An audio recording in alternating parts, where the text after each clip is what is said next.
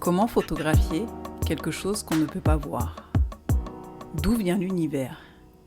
Et surtout, à quoi pense un chercheur quand il consacre ses journées à explorer des mystères que personne n'a encore résolus?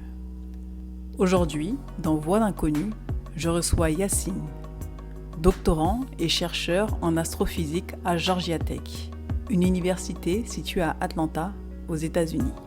Ensemble, nous allons plonger au cœur de la science, mais aussi dans l'esprit curieux d'un chercheur qui tente de percer les mystères de l'univers.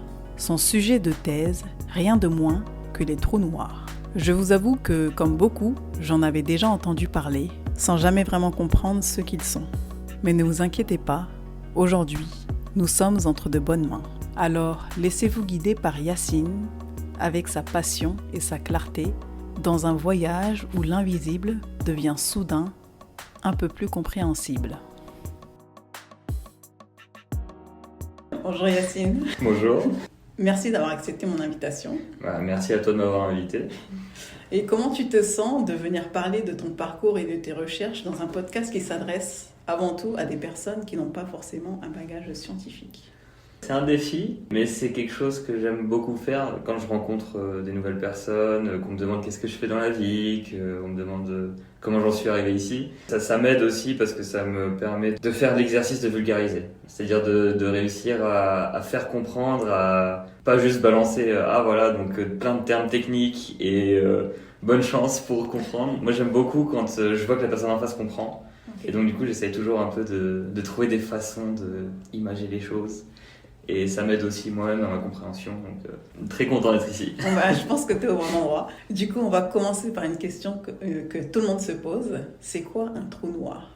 Alors, c'est quoi un trou noir? C'est un objet pour le moins étonnant, c'est-à-dire qu'il y a beaucoup de définitions d'un trou noir. L'idée, elle est la suivante, c'est que la grande idée d'Albert Einstein à l'époque, l'idée qu'on entend souvent, la relativité, c'est de dire que la gravité, ce n'est pas une force. Donc au lycée, on apprend souvent que la gravité, c'est une force qui dépend de la masse de deux objets qui s'attirent l'un l'autre en fonction de la distance entre les deux. C'est ce que Newton avait postulé et c'est ce que Einstein a démonté. C'est-à-dire que pour lui, la gravité, c'est un effet, une conséquence du fait que l'espace lui-même agit comme une sorte de couverture qui se tord, qui suit un peu les courbes des objets massifs qui sont présents dans l'espace. Il faut imaginer que l'espace, si je vulgarise bien, je prends une couverture tendue, et j'imagine que la Terre c'est une boule de pétanque. Et je lâche la boule sur la couverture. Que va faire la couverture? Elle va suivre la courbe de la Terre, donc de la boule de pétanque. Si on va suffisamment loin, elle va redevenir plate. Eh bien, la gravité, c'est le fait d'être dans la zone d'influence de la boule de pétanque, c'est le fait d'être dans la zone qui est courbée. C'est-à-dire que si je lâche une bille pas trop loin de cette boule de pétanque, que va faire la bille? Elle va aller vers la boule, parce qu'elle va glisser le long de cette courbure qui a pour centre justement la Terre. Et donc, c'est la façon dont Einstein voyait la gravité. Et il va encore plus loin dans son idée, c'est qu'il dit que il n'y a pas seulement l'espace qui s'adapte de cette manière, il y a aussi le temps. C'est-à-dire que le temps et l'espace sont un tout, pour engraver ça dans le marbre. Il postule que la vitesse de la lumière est la seule grande constante. C'est-à-dire que si la lumière est dans le vide, quelles que soient les conditions, elle va toujours à la même vitesse, la vitesse de la lumière. Et il part de ça pour dériver des lois plus ou moins complexes qui montrent en fait qu'au final, si je mets un objet qui a une certaine masse à proximité de moi, ça a un effet sur mon espace et ça a un effet sur mon temps. Et donc, par conséquent, le temps n'est pas absolu. Le temps est différent pour chaque personne en fonction de où il se trouve. Et donc, comment est-ce qu'on connecte ça au trou noir, tu me diras? Eh bien, reprenons cette image de couverture. Et cette fois-ci, je vais te dire, je vais pas prendre une boule de pétanque, je vais prendre une aiguille. Et je vais prendre cette aiguille, je vais appuyer en un point de la couverture et je vais appuyer extrêmement fort. À tel point que l'aiguille va s'enfoncer de manière infinie. Elle va pas déchirer parce qu'on peut pas déchirer l'espace-temps en soi. Donc imaginons que la couverture est incassable, mais je continue à appuyer quoi qu'il arrive. Et je vais avoir une sorte de siphon de trou. C'est ça ce qu'on appelle un trou noir, c'est une région de l'espace où on a cette divergence, ce siphon là, Et essentiellement, plus le siphon est profond, plus il faut de la vitesse pour s'échapper. On dit qu'on a un trou noir à partir du moment où on a un objet suffisamment massif pour que la cuve, le siphon qu'il crée, nécessite plus que la vitesse de la lumière pour s'échapper. Donc autrement dit, si tu tombes dedans, étant donné que la vitesse de la lumière est absolue et que c'est l'objet, entre guillemets, le plus rapide de l'univers, si tu tombes dedans, tu n'as aucun espoir d'en sortir. Et c'est pour ça qu'on appelle ça un trou noir. C'est-à-dire que tout ce qui tombe dedans ne sortira jamais. Et donc, on ne verra jamais ce qu'il y a à l'intérieur, donc on verra essentiellement une région totalement noire, totalement dénuée de lumière. Si tu devais comparer un trou noir à quelque chose de notre vie quotidienne, tu aurais un exemple ? Oui, alors on voit souvent d'ailleurs des scientifiques faire cette parallèle. Je l'aime beaucoup parce qu'elle est très parlante, mais bien que pas tout à fait correcte. S'il y a des astrophysiciens qui nous écoutent, ne vous énervez pas contre moi. Mais il y a souvent des physiciens qui font l'expérience de remplir une cuve d'eau et puis d'ouvrir un bouchon qui était au fond, et on voit un vortex qui s'étend et qui fait justement cette forme de siphon. Et donc cette vision-là, ce serait une vision 2D d'un trou noir. Un trou noir, il faut imaginer que ce soit ça dans toutes les directions. C'est dur à visualiser. Un objet de tous les jours, je dirais voilà, l'eau qui s'écoule quand on ouvre la baignoire après un bain. On a quelque chose où l'eau disparaît et ne réapparaît jamais. Et on peut imaginer ça comme plus ou moins un trou noir. On a beaucoup parlé de la première photo d'un trou noir en 2019. Comment peut-on photographier quelque chose qu'on ne peut pas voir ? Comment est-ce possible ?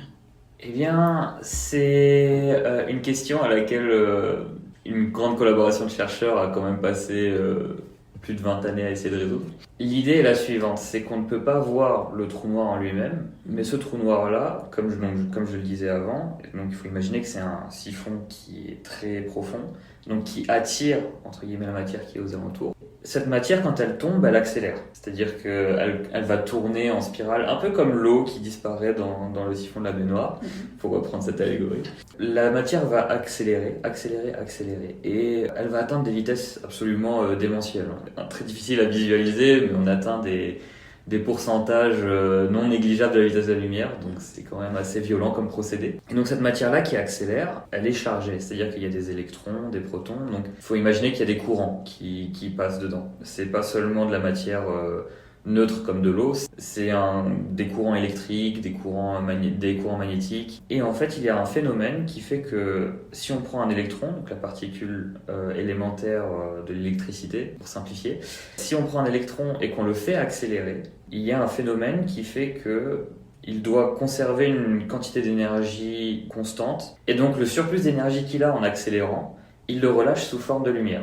Donc il va commencer à briller dans certaines fréquences, comme le spectre qu'on a vu au lycée, donc le visible, les UV, les rayons X, etc. Les électrons, en fonction de leur accélération, vont briller à une certaine fréquence. Et donc nous, c'est ça qu'on regarde. C'est-à-dire que notre raisonnement est le suivant. S'il y a un trou noir, il y a un moment à partir duquel même la lumière émise par ces électrons, et même ces protons aussi, ne sera plus visible. Donc, entre guillemets, au lieu de voir une sorte de boule de lumière complète, on devrait voir une région complètement obscure au milieu, qui n'est pas censée pourtant être là. Étant donné que si on postule qu'un trou noir n'existe pas, alors on aura une boule de lumière et voilà, fin de l'histoire. Et donc, c'est ce à quoi les astrophysiciens se sont attaqués. Donc, ils se sont dit, voilà, on va aller observer ce qu'on appelle donc le disque d'accrétion. Donc c'est la matière qui est en train de tomber dans le trou noir et qui émet de la lumière avant de disparaître à jamais. Il y a un petit effet poétique, on va dire. On observe quelque chose qui disparaît à jamais de notre monde, ou du moins d'après nos théories actuelles, parce que encore aujourd'hui, il y a beaucoup de choses qu'on ne sait pas sur les trous noirs et qu'on postule vraies, mais qu'il faut encore qu'on vérifie. Oui, on va observer cette matière-là dans ces derniers instants, avant qu'elle disparaisse. En fonction de la zone d'ombre qu'on observe, on peut déterminer beaucoup de choses, comme la masse du trou noir, est-ce qu'il tourne ou non. Est-ce qu'il est incliné ? Il y a beaucoup de paramètres qu'on peut inférer à partir de ces observations. En quoi les recherches que tu fais actuellement vont plus loin que ce qu'on a déjà vu dans l'image du trou noir ? Alors, c'est un sujet tout aussi politique que scientifique, on va dire, parce que ce que je fais, c'est aussi ce que tentent de faire d'autres équipes un peu partout dans le monde. L'idée est la suivante, on a obtenu une image de trou noir à l'époque, qui est certes très intéressante à analyser et qui jusqu'à aujourd'hui est encore utilisée pour essayer de déterminer des nouvelles choses dans le domaine. Mais quiconque l'a vue s'accordera avec moi sur le fait qu'elle est un petit peu floue, voire même très floue. On aurait bien aimé, en tant que chercheur en physique, on aurait adoré même avoir une image un peu plus détaillée, avec un peu plus de choses à observer, notamment des structures, ce qu'on appelle les structures fines, des patterns du coup qu'on souhaiterait voir pour pouvoir être sûr que certaines théories sont vraies, ou si elles ne sont pas vraies, est-ce qu'on pourrait pas les retravailler pour être en accord avec ce qu'on observe. Et donc l'idée est la suivante. Donc en 2019, ces chercheurs que tu as mentionnés, dont deux travaillent avec moi actuellement, sont mes directeurs de thèse. Ces chercheurs, ils se sont dit la chose suivante: observer un trou noir, c'est un challenge absolument monstrueux. Si je dois remettre les choses à l'échelle terrestre, on va dire, c'est prendre en photo un grain de sel au milieu de New York en étant à Los Angeles. Comment est-ce qu'on arrive à faire ça ? Eh bien, il n'y a pas 36 manières. Quand on a fait le calcul, on s'est dit au tout début, on va créer un seul grand télescope, ça va nous suffire, on va regarder, ça va être génial. Quand on fait le calcul, on trouve que le télescope doit être de la taille de la Terre. Wow. Donc bon, tu seras d'accord avec moi, quand on lève les yeux au ciel, on ne voit pas une énorme chose qui obstrue notre vision, donc on n'a pas fait ça. Tu me diras donc comment est-ce qu'on a fait ça ? Eh bien, on s'est dit la chose suivante, on s'est dit, voilà, on sait à peu près à quoi ressemble un trou noir. Donc on n'a pas forcément besoin de l'image en entier. On a besoin simplement de quelques bouts d'image, et ensuite on va utiliser notre connaissance physique pour reconstruire l'image autour de ces bouts. C'est comme si je te disais que j'avais un appareil photo qui zoome énormément, que je peux bouger comme je veux, et donc je souhaite te prendre en photo. Ça va me prendre énormément de temps d'essayer et beaucoup d'efforts d'ailleurs, d'essayer d'obtenir toutes les parties du visage. Mais ce que je peux faire, c'est par exemple prendre ton œil, ton nez, une partie de ta bouche, quelques contours, et ensuite je sais à quoi ressemble un visage humain. Donc avec ce peu d'informations-là, je peux reconstituer quelque chose qui du moins est très sûrement très semblable à ton visage. Et donc c'est un peu ce qu'ils ont fait, ils ont mis des télescopes un peu partout sur Terre.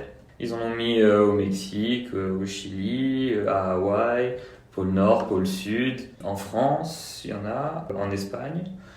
Pour que je me rende bien compte, la taille du télescope, ça représente quoi à peu près ? Alors ce sont des interféromètres, donc c'est un peu compliqué à expliquer, mais c'est entre 2 et 10 télescopes de 4 mètres de diamètre. Et donc chaque site a entre 2 et 10 télescopes à chaque fois. Et donc ils ont mis ces télescopes partout sur Terre. Bien entendu, la Terre tourne sur elle-même, tourne autour du Soleil. Donc ces télescopes ont indirectement fait ce petit mouvement que je montre avec mes mains. Donc ceux qui nous écoutent, voilà, j'étais juste en train de faire des gestes comme d'habitude quand je parle. Donc ces télescopes, ils ont fait un peu ce balayage en fait au final. Et donc on a obtenu des points à partir desquels on a reproduit une image de trou noir, et c'est comme ça que c'est passé l'observation de 2019. Alors tu me diras, et donc moi dans tout ça, qu'est-ce que je fais ? Eh bien, les points qu'on obtient, la résolution qu'on obtient finalement sur l'image finale, elle dépend de la distance entre les télescopes, la distance maximale entre les télescopes. Donc, comme je l'ai dit tout à l'heure, on a un télescope pôle Nord, on a un télescope au pôle Sud. On peut pas faire grand chose de mieux que ça.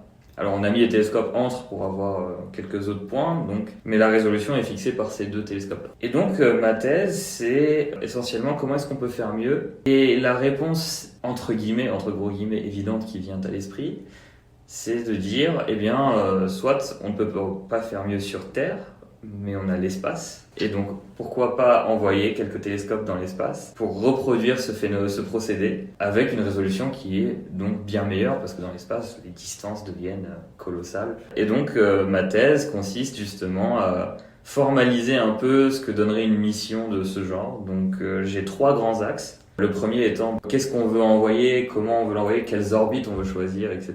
Le deuxième axe, c'est comment est-ce qu'on reconstruit l'image, parce qu'en 2019, on a utilisé une méthode, mais entre-temps, on a eu plein de nouvelles technologies, du machine learning, de l'IA, des choses comme ça. Donc comment est-ce qu'on pourrait incorporer ça dans la reconstruction d'image ? Et ensuite, la troisième partie, la plus intéressante, j'ai une image de bien meilleure qualité que je suis capable de simuler aujourd'hui, mais que plus tard, on espère, on aura sous la main. Qu'est-ce que je peux déduire de la physique à partir de cette image ? Quels sont les modèles que je peux améliorer, retravailler, confirmer ? Donc ces 3 grands axes sont, on va dire, 3 grands chapitres de ma thèse. Aujourd'hui, on est à la fin du chapitre 1 et on a pas mal attaqué le chapitre 2. Il reste le chapitre 3. Et donc pour l'instant, les missions, elles sont plutôt terrestres? Les missions sont toutes terrestres, c'est-à-dire qu'on n'a pas encore tenté le coup d'envoyer plusieurs télescopes en orbite, notamment parce qu'il y a des grands défis technologiques. Celui auquel je pense instantanément, c'est comment récupérer les données. C'est-à-dire que tu as des données qui sont en orbite et tu dois les télécharger.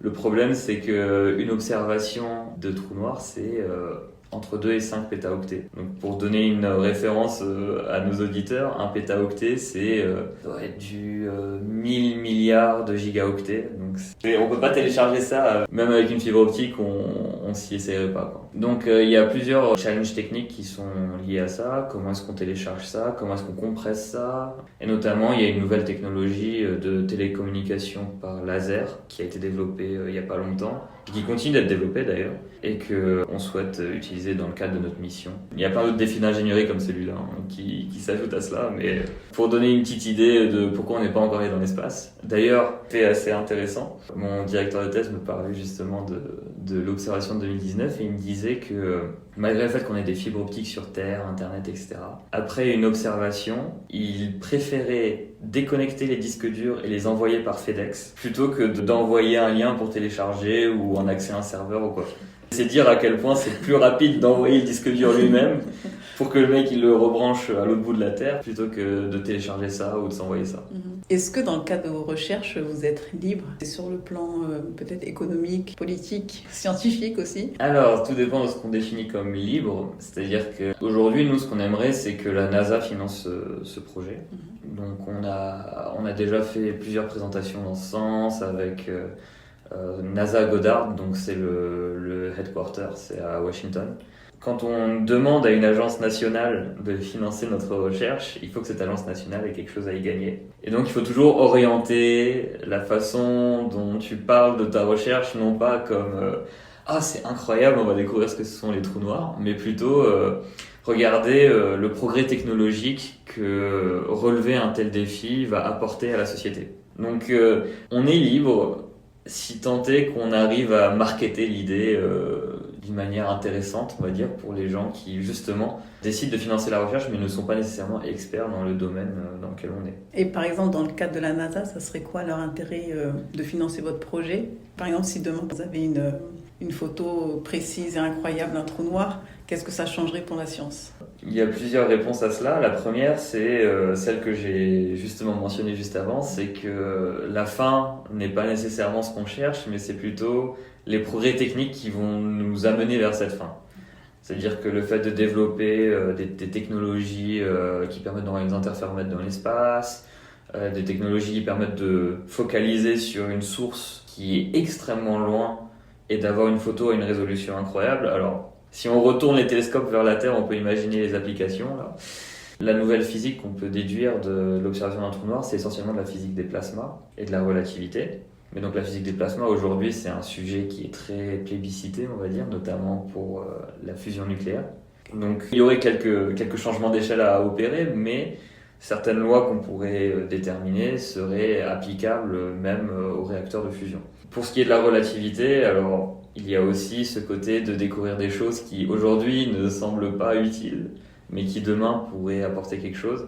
Je vais donner l'exemple très classique dans le monde de la science de Nikola Tesla, qui avait fait tous les travaux sur les ondes électromagnétiques, sur les communications sans fil, et que les recherches n'ont jamais été utilisées parce que tout le monde pensait que c'était bidon, ça servait à rien. Et aujourd'hui, ton téléphone est sans fil, ton casque est sans fil, tout est sans fil. Donc voilà, découvrir de nouvelles choses sur la relativité aujourd'hui, ça nous apporte peut-être pas énormément dans l'immédiat, mais qui sait plus tard avec des nouvelles technologies. D'ailleurs, la relativité est déjà utilisée dans la conception des GPS par exemple. Les télescopes qui permettent d'obtenir ta position sur Google Maps vont à une vitesse qui certes est élevée, pas très élevée comparée à la lumière, mais quand même élevée, à tel point qu'il y a un effet relativiste. Si on ne prenait pas en compte la relativité, ton GPS se tromperait de quelques kilomètres à chaque fois, et donc tu te retrouverais dans des campagnes bizarres, parce qu'en fait il n'y a pas cette correction liée à la relativité. Donc il y a des occurrences assez surprenantes parfois de ce qu'un nouveau savoir peut apporter.